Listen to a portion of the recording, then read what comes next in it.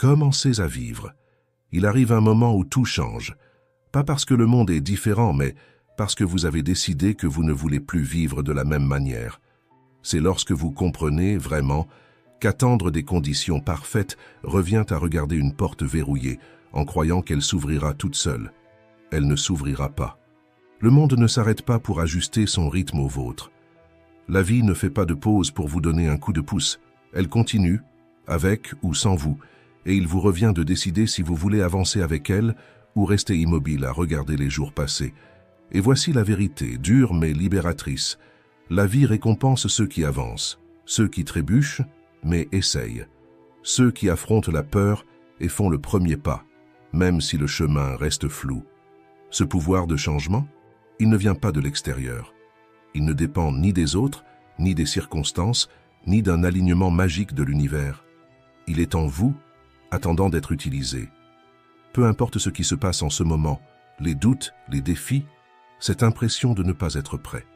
La transformation commence à l'instant où vous réalisez que vous n'avez besoin de la permission de personne, seulement de votre propre courage. Aujourd'hui, explorons ensemble la sagesse stoïcienne, non pas comme une idée lointaine, mais comme une vérité simple et pratique.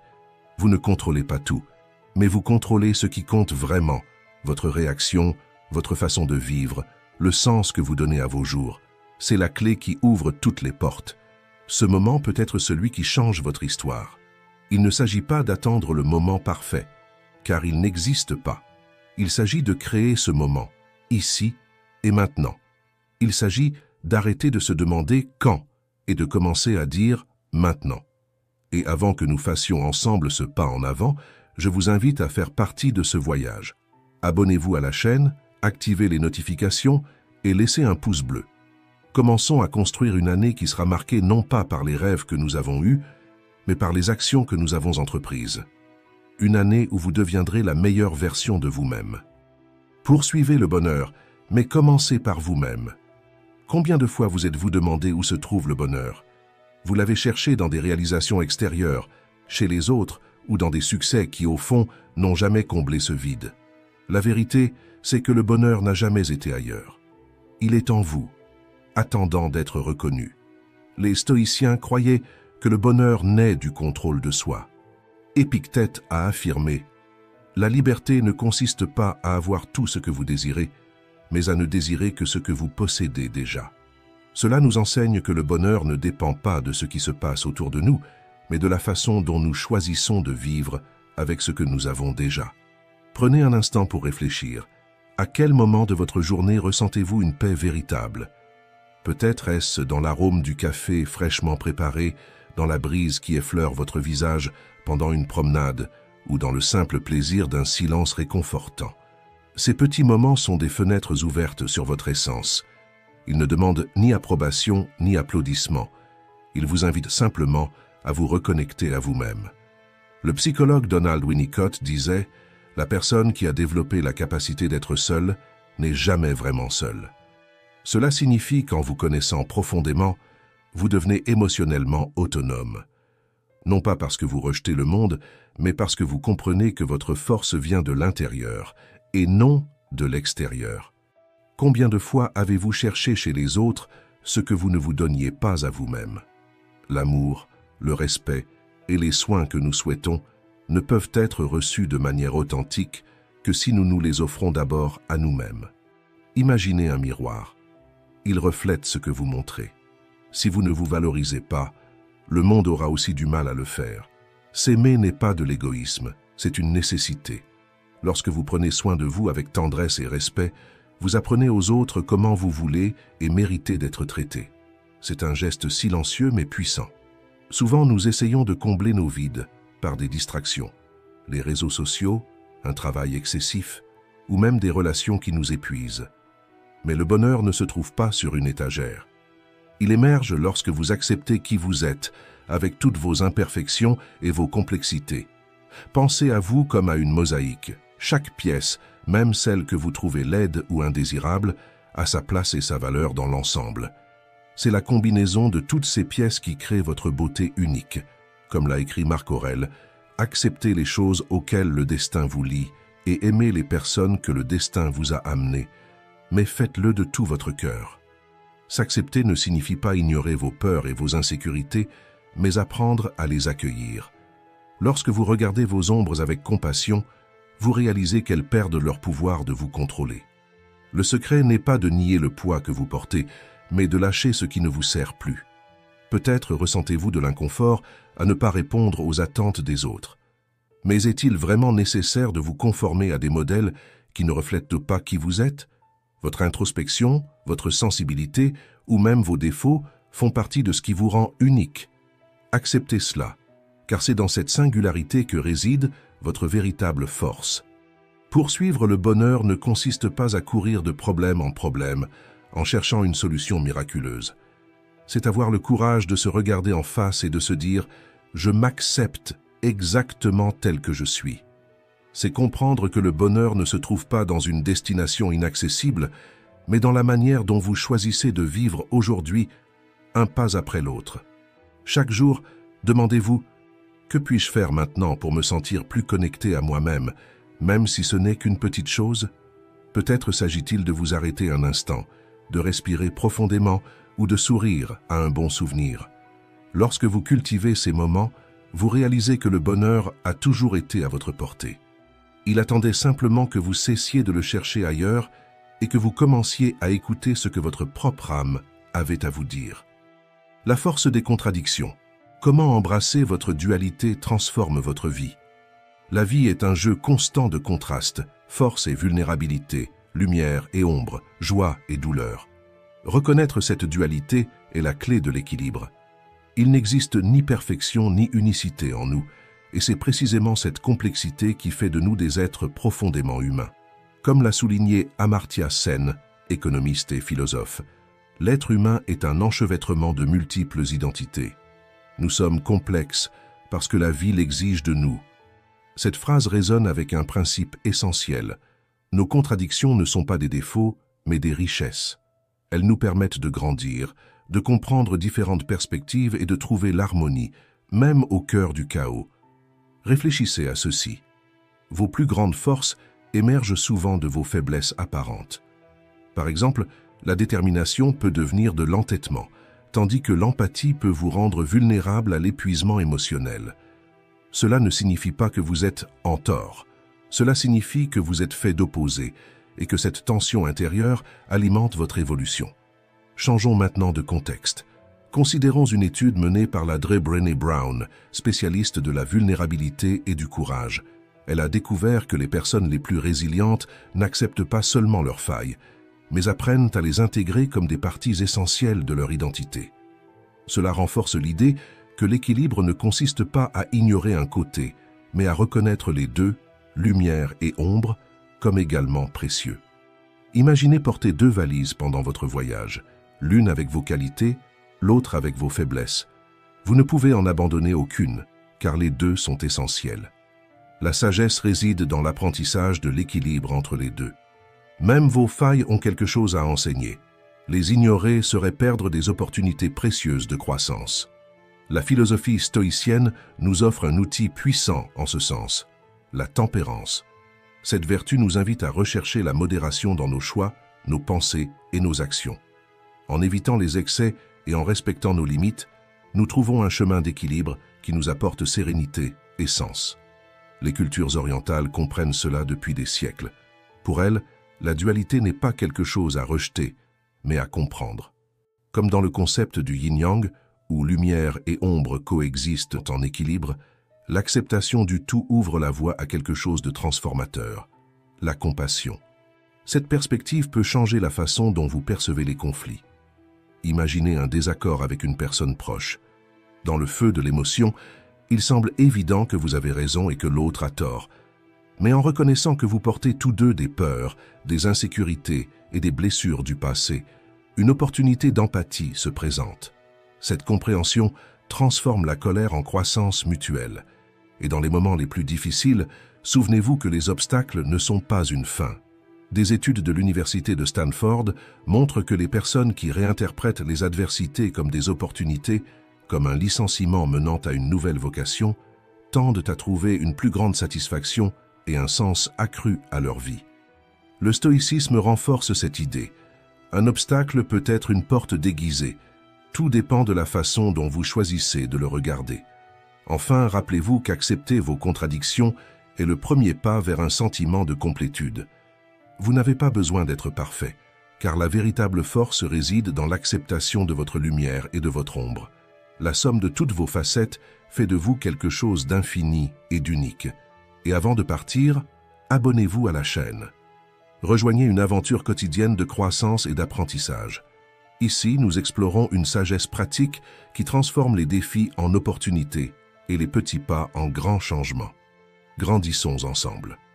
Sans confiance en soi, vous devenez votre propre obstacle. Avez-vous déjà eu l'impression que la vie jouait contre vous, comme si chaque effort était vain et que même ce qui semblait sûr s'effondrait soudainement? Bien souvent, ce sentiment ne vient pas de l'extérieur, mais de l'intérieur.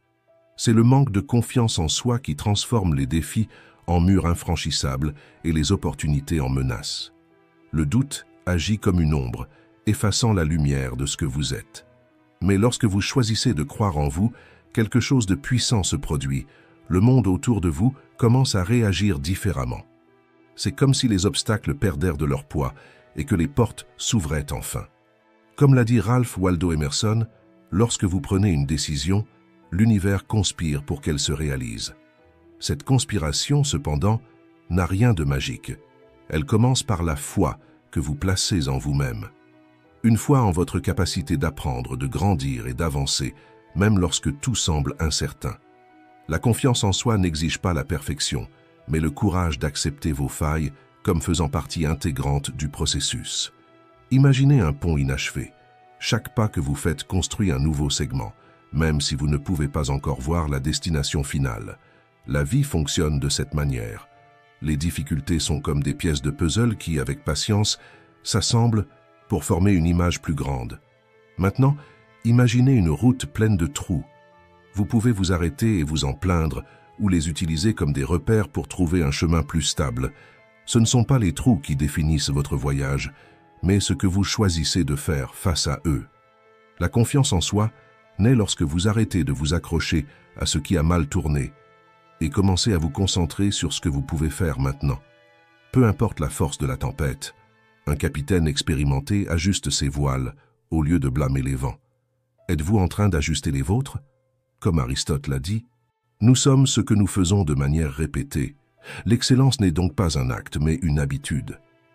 La confiance en soi ne se construit pas en un jour, mais à travers de petits actes de courage.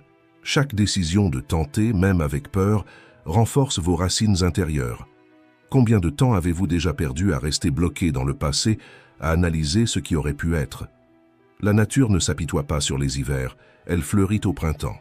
Faites de même. Le passé est derrière, et l'avenir se construit par ce que vous faites aujourd'hui. La confiance en soi est aussi la base de la résilience. C'est ce qui vous maintient debout quand tout autour de vous semble s'effondrer. Rappelez-vous d'un moment où vous avez hésité par peur de l'échec. Et maintenant, imaginez ce que cela aurait donné si, à cet instant, vous vous étiez donné la permission d'essayer. Sartre nous rappelle, la liberté, c'est ce que nous faisons de ce qui nous a été donné. Il ne s'agit pas de contrôler entièrement la vie, mais de choisir comment répondre à ce qui arrive. Ne cherchez pas des conditions parfaites. La vie récompense ceux qui agissent avec courage, pas ceux qui attendent. Aujourd'hui, faites un pas. Affrontez une peur, avancez vers un rêve, ou prenez une décision que vous reportez depuis trop longtemps. Chaque petit geste construit votre confiance et change votre perspective. Rappelez-vous, lorsque vous êtes aligné avec votre vérité, l'univers s'aligne avec vous. N'attendez plus, ajustez vos voiles, prenez les commandes et commencez maintenant.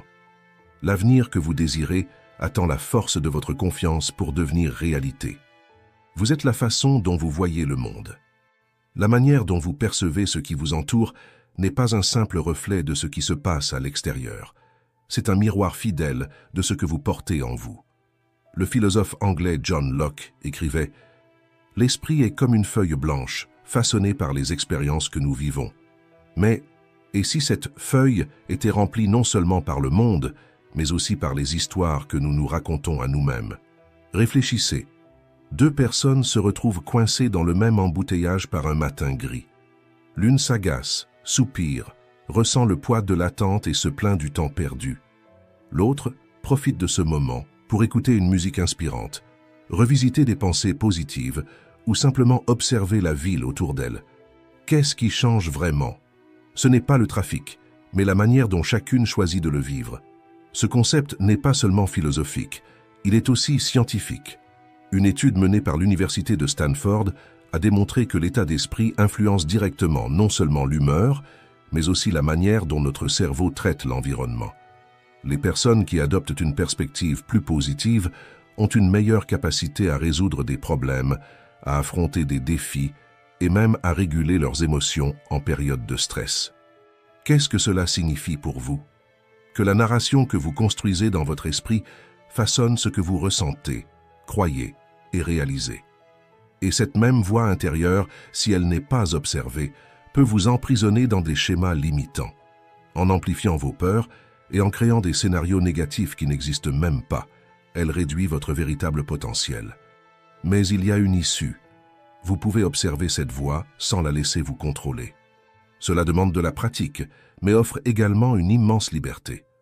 Lorsque vous observez vos pensées sans les juger, que ce soit par la méditation, l'écriture ou même un moment de silence, quelque chose de transformateur se produit. Vous gagnez en clarté. Rappelez-vous d'un moment où vous étiez submergé par des inquiétudes, mais qu'en parlant avec un ami ou en mettant tout par écrit, tout est devenu plus clair. C'est la puissance de la perspective. C'est dans cet espace de neutralité que vous réalisez, vous n'êtes pas vos pensées, vous êtes celui qui les observe.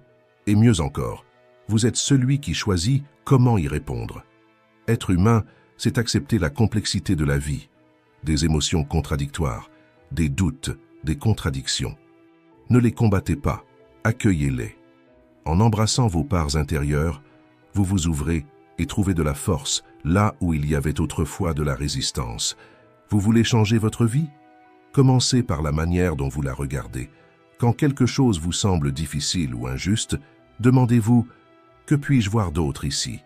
Cette simple question peut ouvrir des portes vers de nouvelles possibilités. Au fond, la vérité est simple. Vous ne contrôlez pas ce qui se passe autour de vous, mais vous contrôlez la façon dont vous choisissez de voir. Et ce choix, peut-être le plus puissant de tous, définit non seulement qui vous êtes aujourd'hui, mais aussi qui vous pourriez devenir.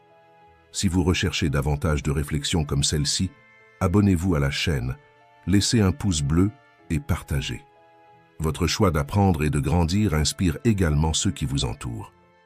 La mort de la peur. Reconstruire votre courage. La peur est l'une des émotions les plus universelles et puissantes. Elle peut protéger, mais elle peut aussi nous emprisonner, nous faisant douter de notre potentiel et limitant nos actions. Cependant, la peur ne disparaît jamais complètement. Le secret n'est pas de l'éliminer, mais de changer notre façon de l'aborder. Le courage, ce n'est pas l'absence de peur, mais la capacité d'agir malgré elle. Nelson Mandela. Cette phrase reflète une vérité fondamentale. La peur est inévitable, mais le courage est un choix. Faire face à la peur, c'est comme entrer dans une pièce obscure. Au début, il semble impossible de voir, mais à mesure que nos yeux s'habituent, nous réalisons que les monstres ne sont que des ombres projetées par l'incertitude. Changez votre perspective sur la peur. Des recherches menées par l'Université du Wisconsin en 2013 montrent que la manière dont nous interprétons la peur modifie son impact sur nous. Lorsque nous percevons la peur comme un défi à relever, notre corps réagit de façon plus saine.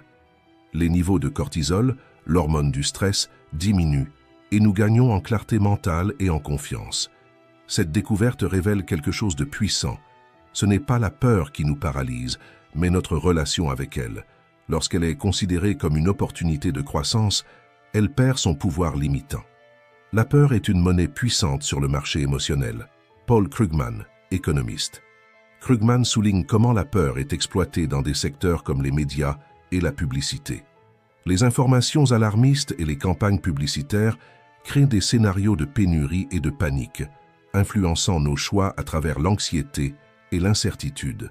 Cette économie de la peur ne se contente pas de tirer profit de nos inquiétudes, elle renforce aussi un cycle qui nous rend prisonniers de nos propres pensées. Les stoïciens, il y a des siècles, avaient déjà mis en garde contre ce phénomène. Pour eux, le véritable pouvoir réside dans notre capacité à discerner ce que nous pouvons contrôler de ce que nous devons accepter. En appliquant cette distinction, nous reprenons le contrôle de nos émotions, même dans le chaos. Rappelez-vous des mots de Sénèque. Nous souffrons davantage dans notre imagination que dans la réalité. Combien de fois êtes-vous resté paralysé par des scénarios qui ne se sont jamais réalisés? Combien d'opportunités avez-vous perdues, non pas parce qu'elles étaient hors de portée, mais parce que la peur a transformé des incertitudes en barrières infranchissables? Prenez un exemple concret. Pensez à une décision risquée que vous avez dû prendre, comme changer de travail ou affronter une conversation difficile. La peur initiale était écrasante, mais en agissant, vous avez découvert que vous étiez plus fort que vos inquiétudes. Cette expérience a non seulement renforcé votre confiance, mais elle vous a montré que la véritable limite était en vous. Faire face à la peur, c'est comme dévoiler un secret à la lumière. Elle se nourrit de l'inconnu, du silence, de l'obscurité. Mais en la questionnant, d'où cela vient-il? Pourquoi cela me fait-il peur? Vous commencez à démanteler son illusion. C'est là que se produit la croissance. Comme le disait Voltaire, la vie est une tragédie pour celui qui ressent, mais une comédie pour celui qui pense. Lorsque nous analysons la peur avec logique et clarté, nous réalisons qu'elle n'est pas aussi grande qu'elle en avait l'air. Aujourd'hui, choisissez d'affronter quelque chose que vous avez évité. Cela peut être une conversation nécessaire, une décision que vous repoussez depuis longtemps, ou même le lancement d'un projet dont vous rêvez. Peu importe la taille du pas, ce qui compte, c'est qu'il soit fait. Comme le rappelle la sagesse stoïcienne, ce que vous craignez n'a de pouvoir que celui que vous lui accordez. Laissez votre courage s'épanouir, affrontez vos peurs et vous découvrirez qu'en fin de compte, elles ne sont pas plus grandes que la force qui réside déjà en vous. En vous réside une force capable de transformer le monde. Prenez un instant et ressentez. Pas le mouvement évident de votre corps, ni les bruits autour de vous, mais quelque chose de plus subtil, de plus profond, une énergie vibrante qui fait partie intégrante de qui vous êtes. Cette force invisible n'est pas quelque chose que vous trouvez, mais quelque chose que vous êtes. Tout comme le sang circule dans vos veines, cette énergie traverse votre être, reliant vos pensées, vos émotions et vos actions au rythme de la vie. Imaginez une rue bondée, où tous les feux de signalisation sont désordonnés. C'est ainsi que vous vous sentez lorsque vous êtes submergé par la négativité. La vie semble s'arrêter, rien n'avance et même les choses simples deviennent insupportables. Mais lorsque vous choisissez de rediriger votre attention, comme réorganiser ces signaux pour coordonner la circulation, vous réalisez que tout commence à couler. Un sourire naît, des idées émergent, et ce qui semblait impossible commence à se dénouer. Zénon de Cityon disait « Bien vivre, c'est vivre en accord avec la nature ». Mais qu'est-ce que cela signifie concrètement? Cela signifie s'aligner sur les cycles de la vie, accepter le mouvement constant entre défis et victoires, et comprendre que chaque expérience, qu'elle soit bonne ou mauvaise, fait partie d'un équilibre plus grand. Tout comme une rivière rencontre des obstacles mais continue de couler, vous pouvez contourner les difficultés sans jamais arrêter votre flux. Dans les jours les plus sombres, lorsque tout semble conspirer contre vous, souvenez-vous, la résistance n'est pas un ennemi, mais un enseignant. Pensez à un arc qui tente une flèche. Plus la tension est forte, plus la flèche ira loin. De la même manière, les défis ne vous brisent pas, ils vous façonnent. Chaque difficulté porte en elle le potentiel de votre croissance. Respirez profondément.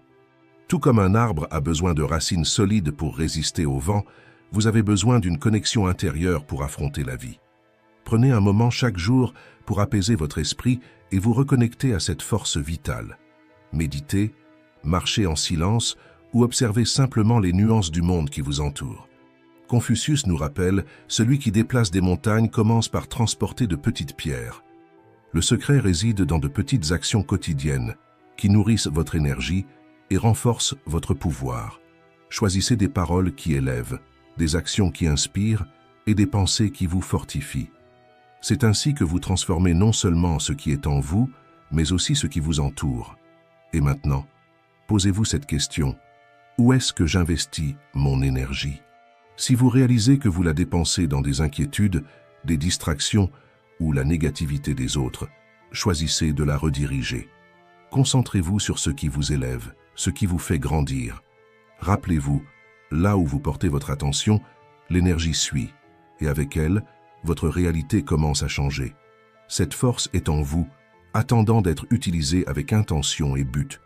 Alors, utilisez-la, façonnez la vie que vous désirez et partagez cette énergie avec ceux qui en ont besoin. N'oubliez pas de laisser un pouce bleu, de vous abonner à la chaîne et d'activer les notifications. Ainsi, vous contribuez à ce que ce message atteigne d'autres personnes en quête d'inspiration. Construisez votre propre monde. Il arrive un moment où vous devez cesser de vous battre contre vous-même pour entrer dans des moules qui n'ont jamais été faits pour vous.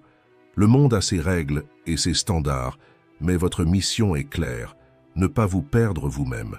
Comme le disait Ralph Waldo Emerson, être soi-même dans un monde qui essaie constamment de faire de vous quelqu'un d'autre est le plus grand accomplissement que l'on puisse obtenir. Et cet accomplissement, bien que rempli de défis, est ce qui apporte réellement la liberté. Construire votre propre monde ne consiste pas à ériger des murs, mais à ancrer vos racines. C'est avoir le courage de dire non aux attentes qui tentent d'effacer votre essence. Il ne s'agit pas d'être rebelle par principe, mais de protéger ce qui fait de vous ce que vous êtes. Pensez à une situation où vous vous êtes conformé uniquement pour être accepté. Peut-être avez-vous ri de quelque chose qui ne vous faisait pas rire, utilisé des mots qui n'étaient pas les vôtres, ou suivi un chemin qui n'avait aucun sens pour vous. Vous souvenez-vous de ce que vous avez ressenti? Probablement comme si vous portiez un fardeau qui n'était pas le vôtre. C'est ainsi que l'authenticité se perd. Un petit « oui » ici, un compromis forcé là. Construire votre monde, c'est dire « assez » à ce cycle. C'est apprendre à vivre selon vos valeurs, même si cela crée de l'inconfort chez ceux qui attendent que vous vous conformiez à ce qui est acceptable. Cela ne signifie pas devenir dur ou indifférent, mais laisser votre bonté s'exprimer de manière authentique, sans besoin d'approbation externe. Vous n'avez pas besoin d'applaudissements pour être vous-même. Vos actions, lorsqu'elles sont alignées avec votre essence, résonnent bien plus fort que tout discours préparé pour impressionner. Regardez-vous attentivement. Ces traits que vous essayez de cacher ou d'adapter pour plaire sont ceux qui vous rendent unique. Votre curiosité, votre persévérance, votre façon spontanée de voir le monde, tout cela fait partie de votre valeur.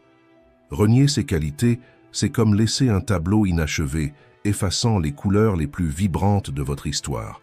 À une époque où les réseaux sociaux encouragent à mesurer sa valeur en likes ou en commentaires, il est facile de se laisser emporter par les opinions des autres. Mais vous n'êtes pas une feuille emportée par le vent. Soyez comme un arbre, solide, avec des racines profondes et inébranlables même face aux tempêtes. Plus vous embrassez qui vous êtes vraiment, plus le monde que vous créez autour de vous devient solide. Platon disait « La plus grande victoire est celle sur soi-même ». Construire votre propre monde, c'est exactement cela. Dépasser le besoin de plaire, surmonter la peur du rejet et créer un espace où votre vérité peut s'épanouir. Permettez-vous de dire non à ce qui ne vous sert pas, sans culpabilité. Lancez ce projet qui reflète vos rêves, même s'il est incompris des autres. Créez un espace où vous pouvez être vrai, sans filtre ni masque, car plus vous vous reconnectez à vous-même, moins vous aurez besoin de validation extérieure. Le monde continuera de tenter de vous façonner, mais la vraie force réside dans votre capacité à résister et à créer votre propre réalité. Dans le monde que vous construisez, les règles sont les vôtres. Et la liberté d'être vous-même, sans compromis, sera toujours votre plus grand trophée. Merci d'avoir regardé.